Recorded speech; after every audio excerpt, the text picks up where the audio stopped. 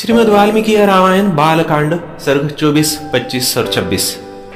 श्री राम जी ने स्त्री हत्या तो की ही थी और यह स्त्री भी साधारण नहीं, तपश्चरण से सज्जन पिता को ब्रह्मा जी से वरदान स्वरूप मिली पुत्री थी। फिर क्यों करनी पड़ी उसकी हत्या, जानेंगे विस्तार से। वीडियो के अंत में ये घटना जहां घटी वो जगह आज कहां है वह भी बताऊंगा, और एक महाभारत की महत्वपूर्ण और रंजक घटना वहां घटी थी उसके बारे में भी बताऊंगा। वीडियो अच्छा लगा तो आप लाइक और सब्सक्राइब जरूर करेंगे, मैं सिर्फ याद दिला रहा हूं। सुकेतु नाम के बड़े महान पराक्रमी और सदाचारी यक्ष थे, पर उन्हें संतान नहीं थी। उन्होंने ब्रह्मा जी की कड़ी तपस्या की। ब्रह्मा जी उन पर प्रसन्न हुए, वर स्वरूप उन्हें कन्या रत्न प्रदान किया। कन्या भी ऐसी जिसमें सहस्त्र हाथियों का बल हो, पर पुत्र न दिया। शायद ब्रह्मा जी जान गए होंगे अगर पुत्र दे दिया तो संसार को बड़ी पीड़ा देगा। सुकेतु ने बड़े प्यार से बड़ा किया पुत्री को, नाम रखा ताटका। अत्यंत सुंदर थी यह कन्या। विवाह योग्य होने पर सुकेतु ने उसका जंबपुत्र सुंद से विवाह कर दिया। विवाह पश्चात उसकी संतान हुई, नाम रखा मारीच। कुछ अपराध घटने के कारण अगस्त्य ऋषि ने शाप देकर सुंद को मार डाला, अर्थात इससे कुपित होकर ताटका अगस्त्य ऋषि को मारने पहुंच गई मारीच समेत। मुनि ने मारीच को श्राप दिया, तू देव योनि छोड़कर राक्षस योनि को प्राप्त हो जा। ताटका उन्हें चबा डालने के इरादे से उन पर झपटी तो उसे उन्होंने विकराल नरभक्षिणी राक्षसी होने का शाप दिया। तू है तो यक्षिणी, पर अब से यह सुंदर रूप त्याग कर तेरा भयंकर रूप हो जाए। बस इस शाप के पश्चात तो ताटका अनिर्बंध हो गई। जहां अगस्त्य मुनि रहते उस प्रदेश को उजाड़ने में जुट गई। अपने विध्वंस का दायरा बढ़ाते हुए वह अब मलद और करुष जनपदों में उत्पात मचा रही थी। 1.5 योजन परिधि का घेरा बनाकर वह उसमें उत्पात मचा रही थी।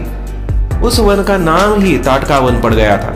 महर्षि विश्वामित्र जब श्री राम और लक्ष्मण को साथ लेकर उस वन में पधारे तो उन्होंने श्री राम को ताटका की पूरी कथा बताई और उसका वध कर वन को निष्कंटक बनाने का आवाहन किया। नहीं ते स्त्री वध करते घृणा कार्या नरोत्तम, चातुर्वर्ण हितार्थम ही कर्तव्यम राज सुनुना। स्त्री हत्या के विषय में सोचकर दया न दिखाओ नरश्रेष्ठ। आवश्यकता होने पर चारों वर्णों की रक्षा के लिए राजपुत्र को स्त्री हत्या करनी पड़े तो भी उससे मुंह नहीं मोड़ना चाहिए। उन्होंने स्त्री हत्या के समर्थन में पूर्वासुरियों के उदाहरण भी दिए।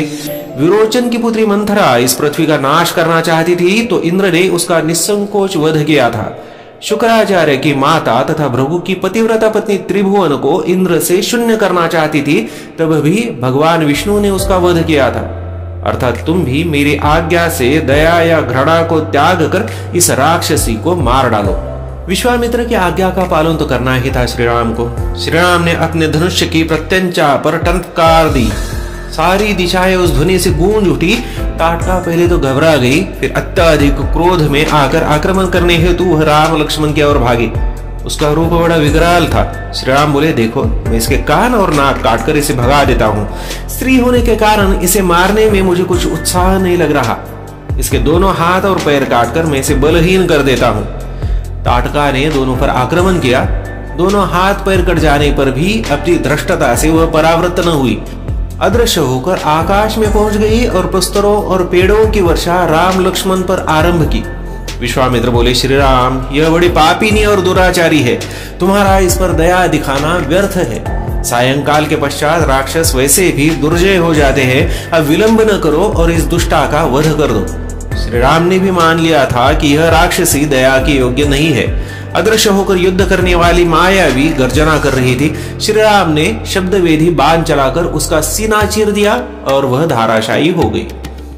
तो इस प्रकार श्री राम ने स्त्री हत्या की सज्जनों का परित्राण करने के लिए। अब देखेंगे वह जगह कौन सी है।